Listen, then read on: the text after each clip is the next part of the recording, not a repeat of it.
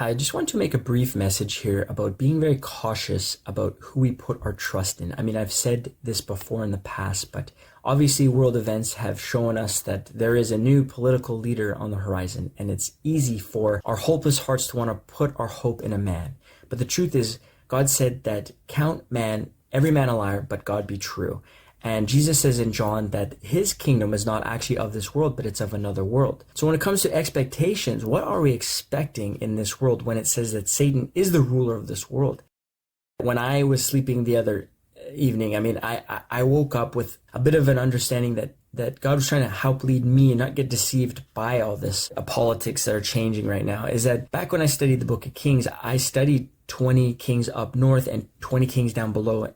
Those kings spread over about a 400-year span. And what we find out is that when a king put their trust back in God by opening up the scrolls and tearing their garments, realizing they did not trust God the way that they were commanded to in the past, they would realize that they need to go back to God. And when they did, they would start winning their political battles. Instead of wanting to be like the nations around them, and in 1 Samuel it talks about that God was telling Samuel, they're not rejecting you, Samuel, they're rejecting me. And he's talking about God, because these people, the Israelites, they wanted to be like all the nations around them. And when God wanted to be their king, they wanted to have a king to win all their political battles. And so this is what I see on the horizon today with world events. We got to be careful about putting our trust in a man, just being like Israel, where they wanted to have a physical political war hero to win their battles. In the biblical encyclopedias, you would see that Israel would win their battles when they trusted God. And they would lose battles when they didn't, when they trusted the arm of the flesh. And it said that the kings did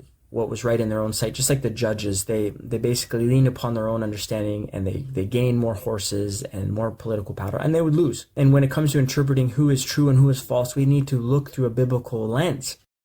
It says, when they say peace and security, sudden destruction will come. And just like in the days of Noah, people were eating, drinking, marrying, everything was fine, normal.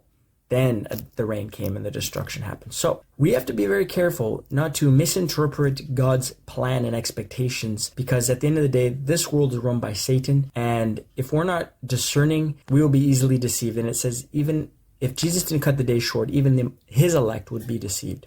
We don't want to be like that. We want to be informed with God's timeline, God's information. And that comes through our own spirit and reading the Bible, and the Bible will become illuminated with the Spirit of God that lives in us.